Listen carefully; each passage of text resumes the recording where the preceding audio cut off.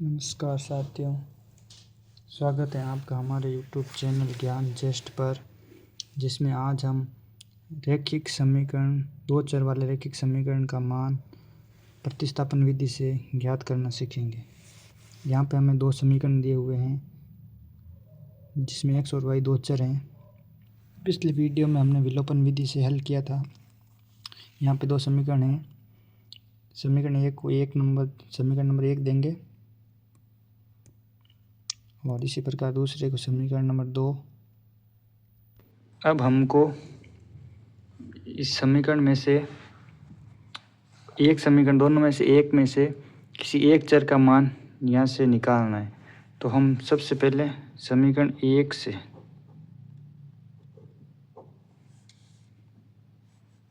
3x plus इसको लेकर चलेंगे। हम सबसे पहले 10, यहाँ से हमको x को इसी साइड रखना है और y को उस साइड भेजना है, इसका प्रतिस्थापन करना है। तो 3x प्लस की जगह ये उधर जाएगा तो ये माइनस का हो जाएगा, तो यहाँ बराबर 10 और ये 4 प्लस का उस साइड जाएगा तो माइनस का।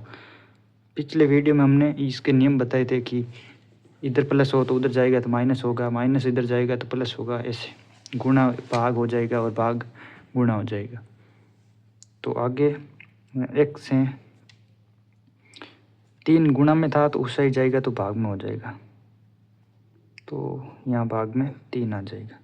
तो x का मान यहाँ से ये निकल गया, इसको हम समीकरण नंबर 3 देंगे। अब ये x का मान जो निकला है इसको हम 2 नंबर समीकरण में यहाँ से रखेंगे। तो यहाँ लिखना है समीकरण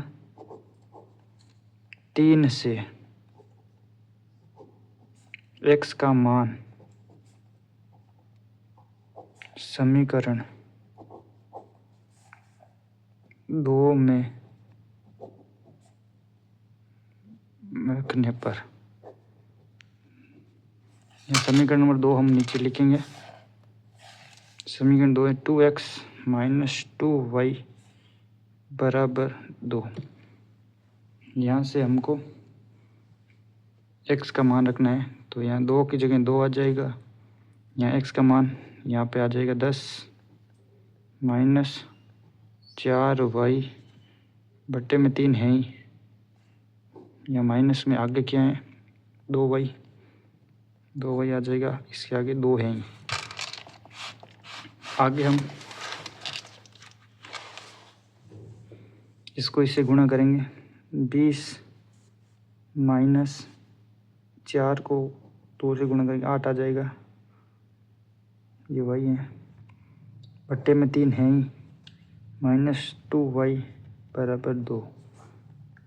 आगे यहाँ से इसके नीचे कुछ नहीं है तो यहाँ 1 होता है, आपको पता है। इन दोनों का एलसीएम लेंगे तो 3 आएगा।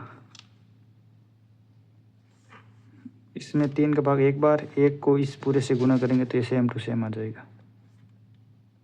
आगे माइनस का माइनस आ जाएगा, यहाँ 1 है, 1 का 3 में कितनी बार भाग जाता है, 1 का 3 में भाग जाएगा 3 बार। तो 3 को इससे गुणा करेंगे तो यहाँ पे 6y बराबर 2। अभी मैंने बताया कि पिछले वीडियो में हमने बताया कि यहाँ जो भाग में होता है उससे जाएगा तो गुणे में हो जाएगा। तो आगे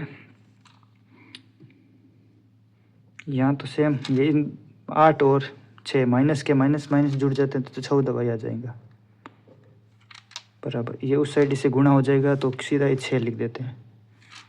यहाँ से y का मान निकलेगा, ये जो 20 हैं वो उस साइड जाएंगे, तो यहाँ से प्लस के उस साइड जाएंगे तो माइनस के हो जाएंगे बराबर माइनस के 14 y बराबर 20 उस साइड जाएंगे तो इससे घटेंगे तो ये प्लस का 6 और माइनस के 20, तो यहाँ माइनस के 14 बचेंगे।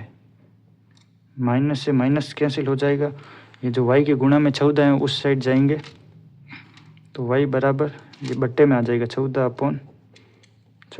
तो यहाँ से y का मान आ जाएगा 1। y का मान तो 1 आ गया। हमें अब y का मान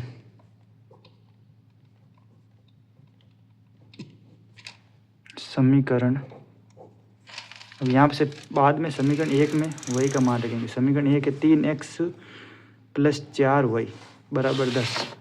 समीकरण 1 है, समीकरण 1 में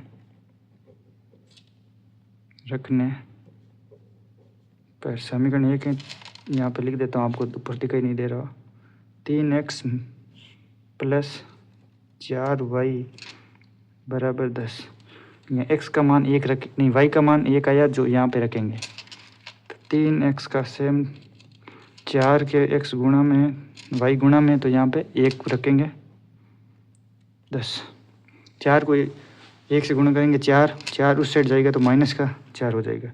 3x बराबर -4, ये यहाँ से यहाँ जाएगा। अब यह गुणा में उस साइड जाएगा तो भाग में x, इसको सॉल्व करेंगे तो 6 आएगा, 6 के अपॉन में 3 आ जाएगा। और आगे इसको सॉल्व करने पर x बराबर 2 बार जाएगा, तो यहाँ पे 2 आ जाएगा।